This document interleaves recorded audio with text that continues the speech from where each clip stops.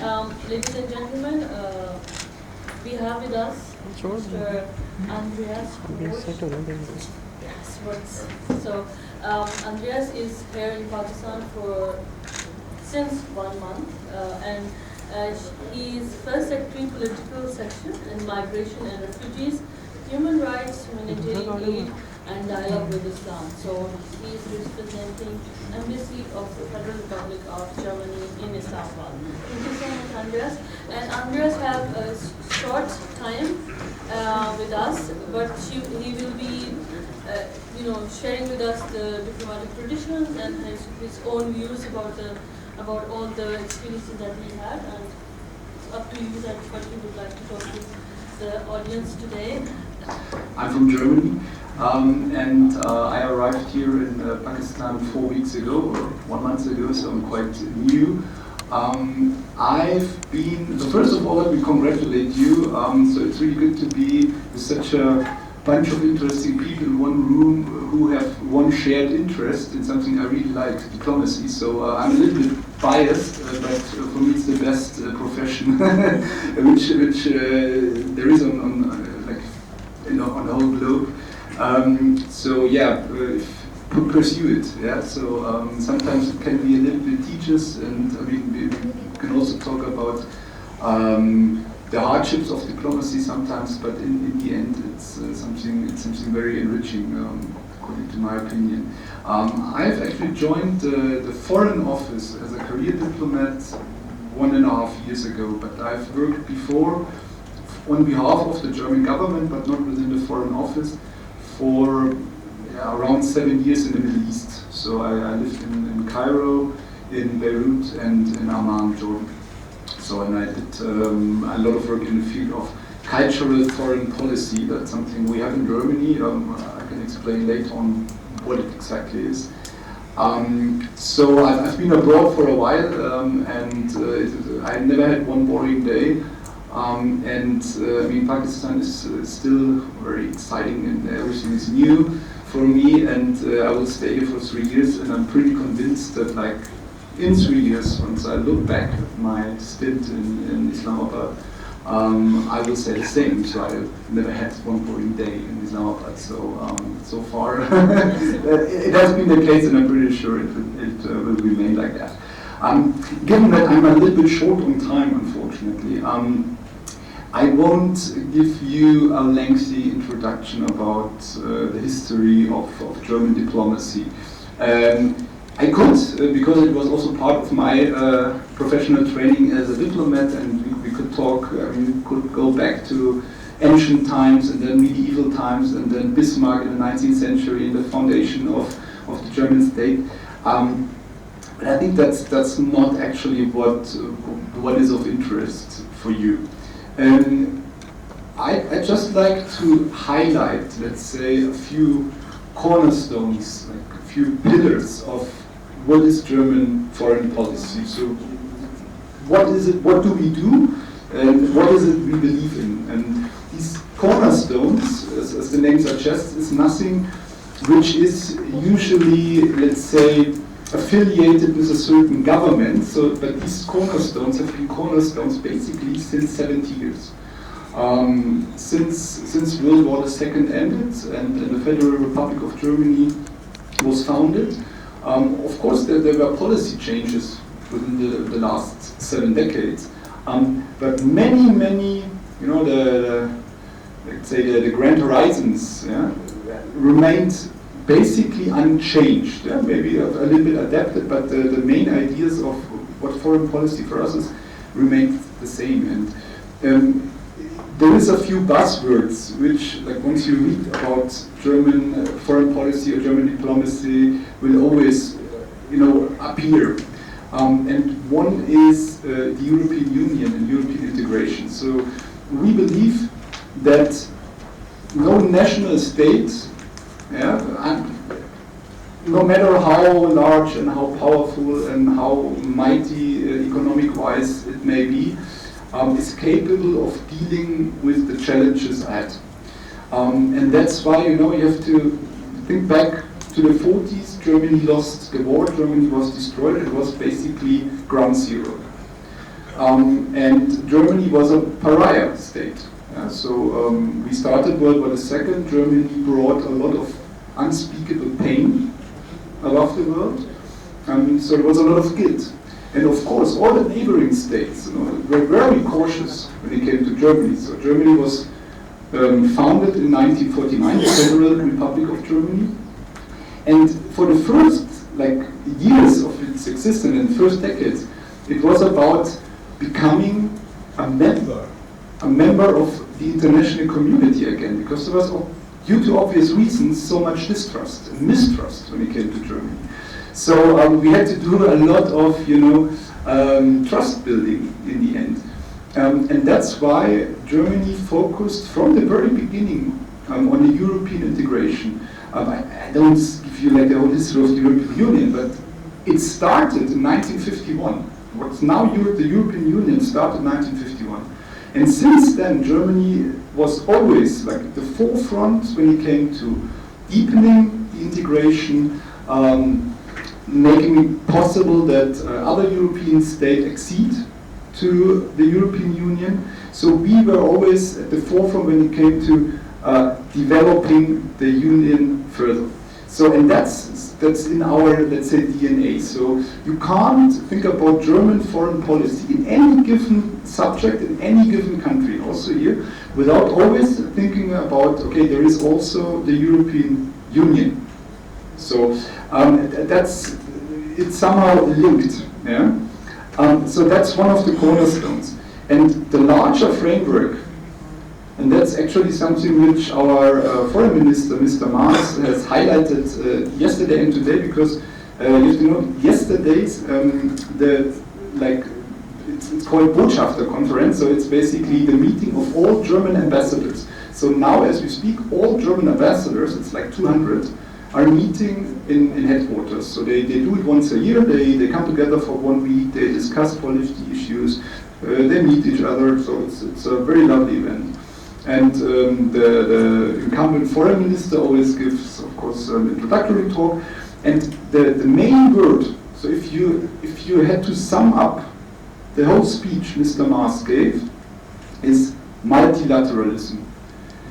We believe that in order to achieve anything in diplomacy or in foreign relations, you have to work together with others. It's not about, one mighty state has an interest and imposes it on the others, because we might be able to do it because he has a large army or more economic resources. That's not how we think the international sphere is supposed to be designed.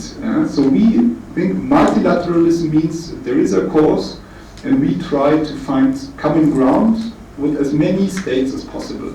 And the European Union, that's multilateralism on a European level, but Germany is also very active in the... Do we need it? No. No. Okay. So Germany is also very active within the United Nations, and also, we are basically a member state and a signatory state to almost all international relations. Yeah? So Germany, like the OSCE, the NATO, there are so many international organizations where Germany forms part of. Yeah? So we believe that working together, finding common ground, of course, we also have interests. Diplomacy is always interest-driven, but we think it is best to align our interests with others and to seek, okay, what do we have in common? Yeah? And let's focus on this. Yeah? So multilateralism, so you don't understand German foreign policy without understanding the basic framework of multilateralism and the European Union. That's very important. And what do we do within these? Because that's the framework. So, but what about? And of course, there is also bilateral relations like the United States. Yeah, the transatlantic partnership, as we call it, so transatlantic. Of course, after World War II, the United States helped Germany a lot when it came to reconstruction and rebuilding the country from scratch.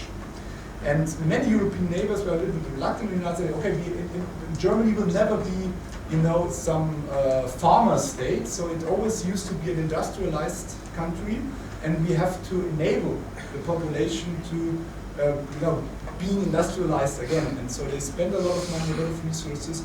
And so we are, still very grateful to the United States what they did after World War II. So this is also a very special relationship. So, but when it came to the content, so what is it we'd like to convey, we'd like to achieve? Then it is human rights, democracy. That's something like the state, the rule of law. Yeah. So that's basically the main items we'd like to achieve. Yeah. So because we think if you want to have a stable society and a stable international surrounding, then you need rule of law. We believe that a rule-based approach is the only approach which is useful and which is stable. Yeah. So because the situation in Europe, until World War II, the situation in Europe was basically countries waging war against each other. And Germany fought wars in the 19th century against Austria, against Denmark, we fought many wars against France. Everybody was competing and fighting against each other. You have alliances, you have certain power blocks, they were breaking up, new alliances were formed. It has been in Europe like that for hundreds of years. And the European Union ended it. There was no, we had wars on the fringes, there was the Balkans, but in Central Europe, there hasn't been a war since World War II, since 74 years. And now France, Denmark, of course I'm born in the 80s, so of course I don't remember it. But nowadays, you just cross the border, and France is our biggest friend, Austria. We are among friends. There is no close. Of course there's different interests. You can talk about the strife within the European Union, of course, when it comes to some certain migration issues. Of course there is differences. I don't deny that. But there is no possibility of war anymore. And that's something which is a real, that's a historic achievement. Yeah? And that's why, we don't take it for granted. We don't say, okay, there has never, it's something which has to be strengthened all the time. Every new generation of diplomats and politicians has to make sure that it remains like that. And that's also a part of my job, yeah? But what about, outside Europe? Yeah. Does Germany have how important is Germany's vote in an international issue? Yeah, it depends on the format. Of course, currently, for example, within the United Nations, of course, we are not a permanent five. So we are not among the 5 permanent members of the Security Council, but we are currently in the Security Council.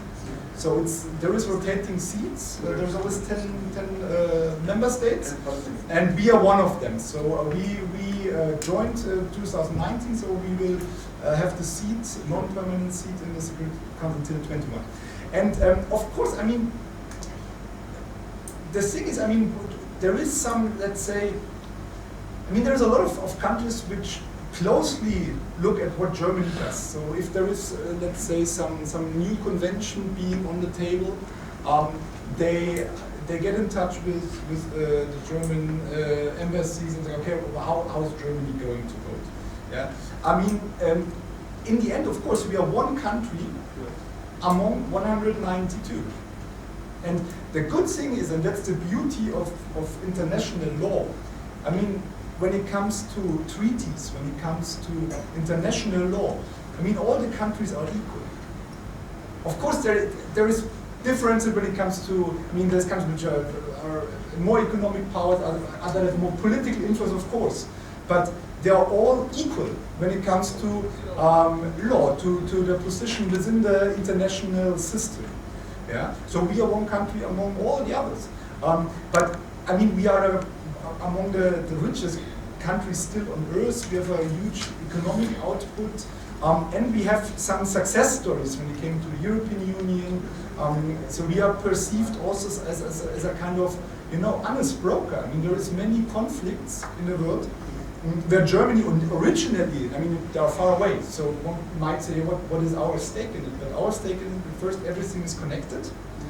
I mean, it's not the 17th century anymore. We are connected to each other, and we are perceived by many states as being an honest broker. Yeah, so we are trying to broker peace agreements. We're trying. So that's what we do. Yeah. So it really depends on the organization. I mean, within the European Union, we are the largest donor. Within the United Nations system, we are, like after the United States, the second largest donor. There is the NATO where we contribute with military resources. I mean, it really depends on the organization. And we can really open it up. Yeah. So I mean, I gave you some basic ideas. I mean, in terms of structure, yeah, that might be something interesting. I mean, besides the content, how do we perceive the structure? So I don't want to give you a detailed rundown on how the Foreign Office is structured, but for us, diplomacy has 3 columns, and that's something we've been trying to do for decades already. So first, there's the classical diplomacy. So that's what I currently do, political section. So I go later to the Minister of Interior. I discuss with them issues. But that's what people would qualify as, okay, that's what diplomats do. But there is 2 other columns actually, and for us, it's not a ranking. Yeah, so they are next to each other, and they build, let's say, the house. Yeah. The second one is, you can call it economic diplomacy. So we do a lot of development cooperation, we do a lot of economic cooperation. We try to, for example, here to engage German companies in investing in Pakistan. We're trying to link Pakistani companies with German companies. That's not, in the 19th century or beginning of 20th century, that was no job of a diplomat. Diplomats, they did this, discussing political stuff, issues. They did not, there was no economic part. So that's the second column. And the third column, and that's something which is sometimes, it looks as being of lesser importance, but it definitely isn't. And I worked actually in the third column for quite a while. It's cultural diplomacy. So that means, I don't know if you know the Goethe Institute, which is the German Cultural Institute, or the German Academic Exchange Service. They're giving you scholarships, that's not classical diplomacy as well.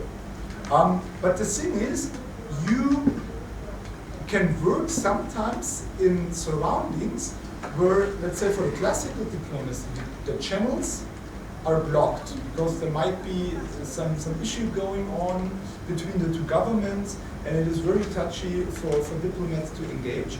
But it is possible for a Goethe Institute to operate and to teach the German language, to show German movies, to invite German artists giving a lecture or concert or a theater play or whatever. And for us, it is, what we do is we try to convey to people abroad, okay, what is Germany? How do we click? Yeah, so what is our state of mind? And we want to have a dialogue with others about their culture, and we want to bring the 2 cultures together. Yeah. So this cultural diplomacy is the third column, so to speak. And they, let's say, coexist. Sometimes they also mingle. But these are, that for us, let's say, the toolbox. Yeah, when it comes to diplomacy. And actually, European unions and other countries, they have, NATO as a shield, and it is, we know that it is one of the strongest armies in the world, even in the history.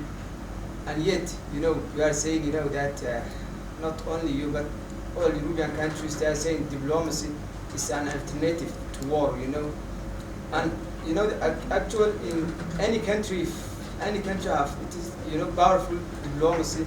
However, it is powerful, if they don't have, strong arm. Don't you think that diplomacy will not help them? Yeah, that's a tough one, because in my opinion, it is, let's say the most important achievement for diplomacy is to avoid war. I mean, I mean, we are there, so for a diplomat, war is never the solution. So, and once diplomacy fails, war begins.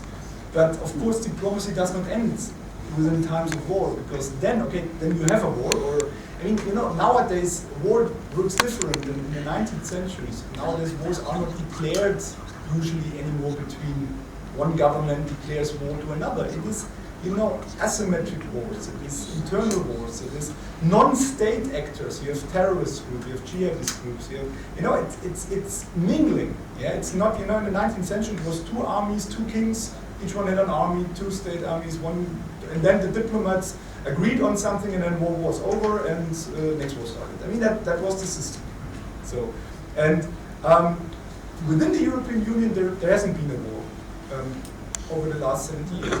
But of course, there is still wars. And I mean, we strive, I mean, in the end, of course, ideally there wouldn't be any wars. Yeah, so that's, I mean, that's the ultimate goal of everything, I mean, a diplomat could achieve. Unfortunately, if you look at the history of mankind, the likelihood that there will be, you know, tomorrow world peace is unfortunately very low. I mean, there is so many human rights violations, there is so many internal conflicts, strife, so much inequality also between people in the world, that unfortunately there is still a lot of violence. And I mean, what we are trying to do is ideally to end it, but if we can't end it, because in the end we are one country, then we are trying to ease it. We have a lot of humanitarian aid, for example. I mean, that's for the poorest of the poor. Yeah.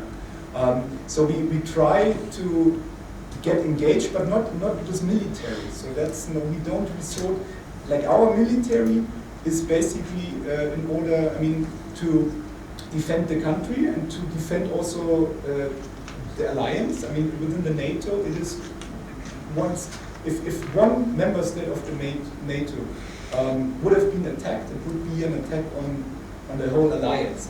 So luckily, we haven't been attacked. Yeah? But of course, I mean, we still have an army. Yeah? The other European Union member states also have an army. But for us, the army is it's for our defense, and also for, I mean, there is German soldiers deployed abroad, but usually not in combat missions. But then we try to do, let's say, I mean, building infrastructure, doing work, you know, like sanitation. I mean, because like in the military, any soldier knows how to build up, let's say, a logistics network. Yeah, so you have a town which has been destroyed, so you have to revamp the road system. You have to bring it up and running. And soldiers are pretty good in doing this kind of logistics. Yeah? And that's something I mean, there is German soldiers deployed outside Europe, yes, but usually it's not combat missions, because the thing is, we don't believe you can't, if you have a political conflict, you can't solve it with war. It's just not possible.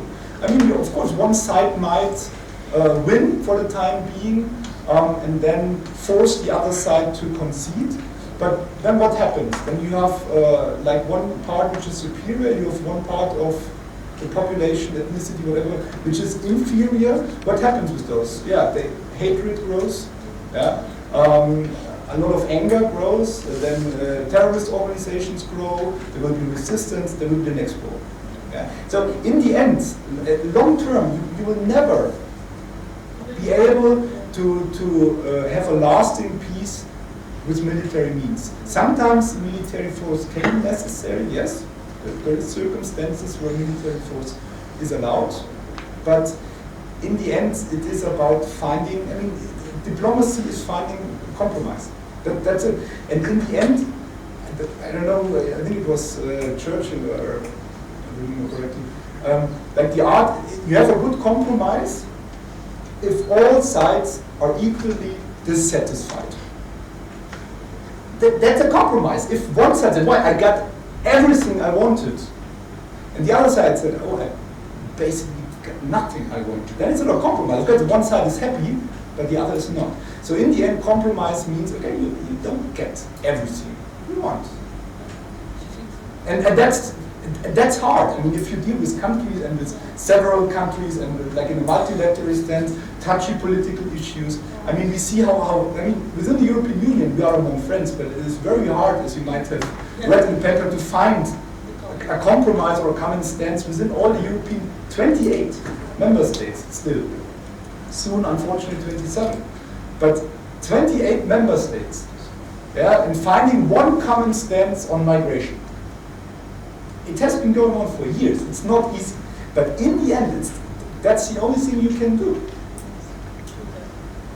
As far as Germany is planning a pipeline connection with Russia, so the US administration Trump is not happy with this pipeline contract. So will you people, Germany will resist to the Trump disagreement, or you people have some bilateral agreement with Russia? But the thing is, well, I'm not an expert on these kind of economy issues, but I mean, in the end, it's not about resisting. I mean, the thing is, of course, there is bilateral contracts, and in the end, it's contracts also between companies. There's a huge, I mean, there's RWE, it's called, that's one of the large German energy providers. So they run power plants and wind farms, and they also run the infrastructure in Germany. And I think in Russia, it's, I don't know what the counterpart there is. So I mean, it's two companies who decided to build this pipeline. So first of all, it's a private business enterprise. Of course, it has political implications. I mean, that's pretty sure. But the thing is, I mean, this pipeline, I mean, it has been in planning for, I mean, that's nothing you draw up during one night. Yeah? So it is something which is in planning for years. I mean, you have to figure out, okay, where should the pipes be laid. I mean, there's a lot of money involved, a lot of risks also involved. So, but such a project is not directed against the United States. Yeah. It's a mainly bilateral issue. It's an economic issue because it's not just about Germany, because it's about the diversification of the energy mix, as you call it, via a second pipeline. Because, as you might know, we decided to scrap our nuclear plants. So Germany is committed to scrap all nuclear plants within the next years. So of course, but we have let's say, hunger for energy due to our industry. So in the end, you have to substitute this also. So it is perceived as a political question, and of course, I mean, we discussed this with the United States. What about the Paris Agreement, as US withdrawing from the Paris Agreement 2020? Yeah. So is there a specific reason, or is some other kind of they have objectives? So first of all, it's good that you're interested in climate policy, because that's actually a very important topic. I mean, I can't comment on behalf of the United States what reasons they had. I mean, it was a decision taken by the incumbent government. Of course, I mean, we signed the Paris Agreement and we stick to the Paris Agreement. And of course, we'd like any signatory states to do the same, but in the end, it is a decision taken. We stick to it and we try to convince all parties involved, which is basically all countries on earth, to stick to it. Being first secretary political section, what is your take on India's aggression on Kashmir? It is a topic here, I know. It is not in my portfolio because we have three first officers in the political section, and one is for bilateral issues and one is for domestic issues. Yeah. So I'm not I have to admit, I'm not an expert when it comes to Kashmir. I mean, our general take on it is that, I mean, in the end, I mean, we want to have, or we want to see some kind of peace. I mean, that's having said that, I mean, this conflict has been going on for 70 years, so obviously it is not so easy. But I mean, what we are trying, I mean, we try to find, let's say, to call upon all parties to exert utmost restraint. Yeah? And restraint goes always both directions. It goes like to all parties involved, and it applies to, let's say, military force, but also, and that's something which one might not underestimate in the field of diplomacy wording.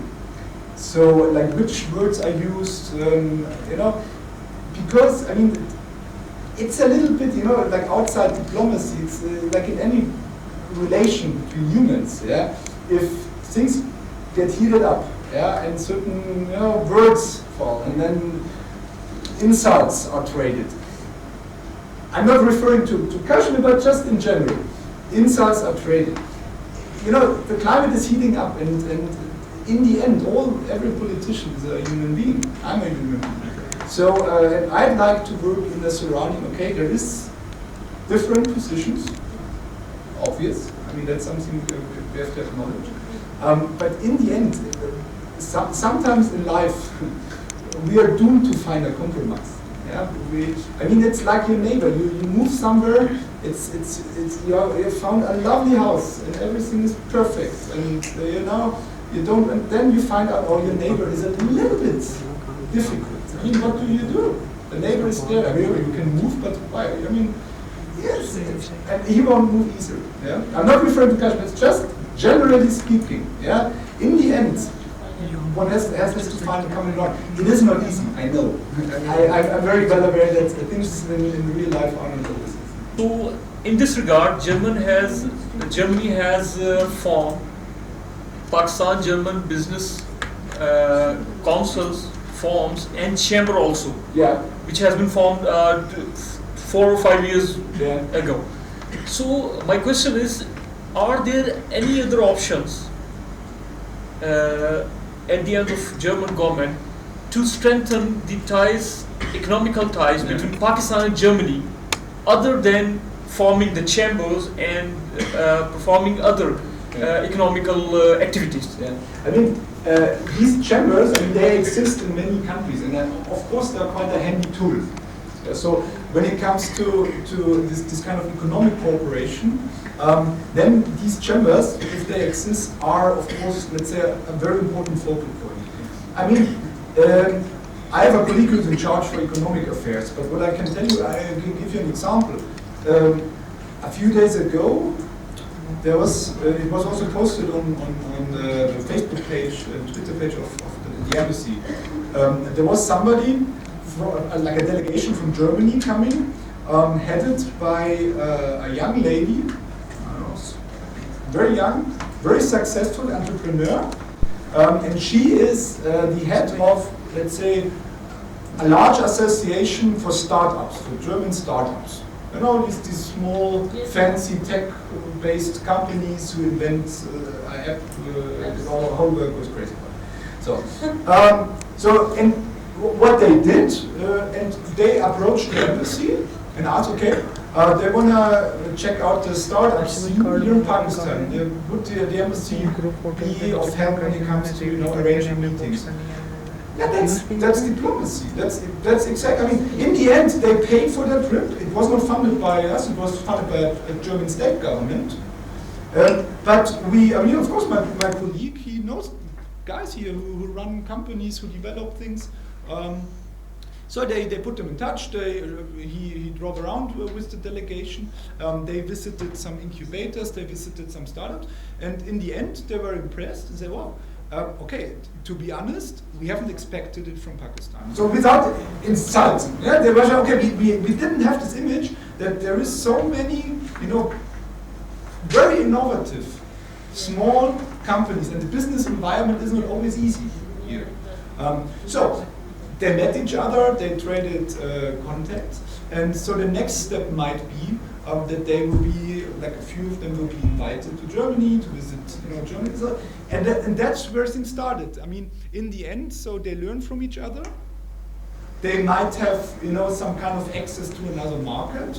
But even without, maybe they are developing here an app in Urdu. You don't need the German market for that. But some expertise, maybe you talk to your German counterpart. Say, okay, we set up a startup in Berlin, and he gives you some first-hand experience, and you can learn. And the German guy can learn from the Pakistani guy as well.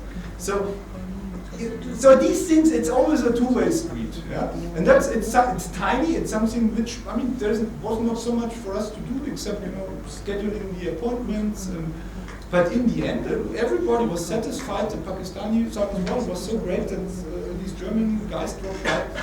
Very interesting talks. That could be a launching pad for more. Please, one more Yeah, question. last question. Just Yeah. small show. Please. Yeah.